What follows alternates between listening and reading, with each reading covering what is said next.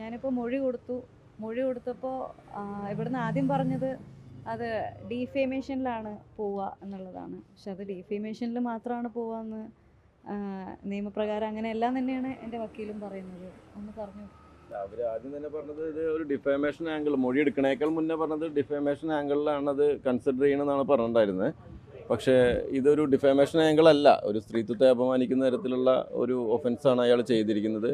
അപ്പോൾ അതിന് വേണ്ടുന്ന നടപടികൾ സ്വീകരിക്കും. ഇപ്പോൾ ഇവർ പ്രാഥമിക അന്വേഷണം നടത്തും 14 ദിവസം, അതിനുശേഷം ആണ് FIR ഇടനെ കുറിച്ച് ചിന്തിക്കുക എന്നുള്ളതാണ് പറഞ്ഞത്. അത് അവർക്ക് നടത്താനുള്ള റൈറ്റ് ഉണ്ട്. കാരണം ഇതിൽ ഇപ്പോൾ നമ്മൾ പറഞ്ഞിരിക്കുന്ന ഒഫൻസുകളെല്ലാം 7 വർഷത്തിന് താഴെയും 3 വർഷത്തിൽ കൂടുതലും ശിക്ഷ കിട്ടുന്ന കുറ്റകൃത്യങ്ങളാണ്.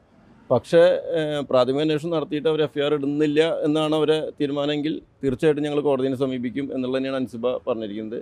ആ രീതിയിലേക്ക് മുന്നോട്ട് പോകും.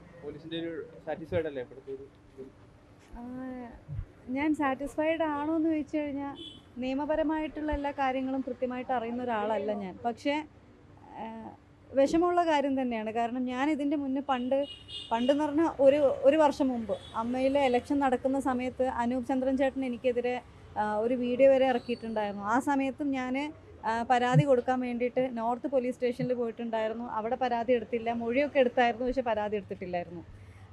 അതുപോലെ ഇൻഫോ പാർക്ക്, ഞാൻ കാക്കനാട് താമസിക്കുന്നതുകൊണ്ട് തന്നെ ഇൻഫോ പാർക്ക് പോലീസ് സ്റ്റേഷനിൽ ഞാൻ പോയി പരാതി പറഞ്ഞു. അന്നും പരാതി എടുത്തില്ല. എൻ്റെ പരാതി ഇരുന്ന് കുറേ നേരം കേൾക്കുകയൊക്കെ ചെയ്തു. പക്ഷെ അനൂപ് ചന്ദ്രൻ ചേട്ടന് ഒരു ഫോൺ കോൾ പോലും ചെയ്ത് അന്വേഷിച്ചിട്ടില്ല, അന്വേഷണം നടത്തിയിട്ടില്ല.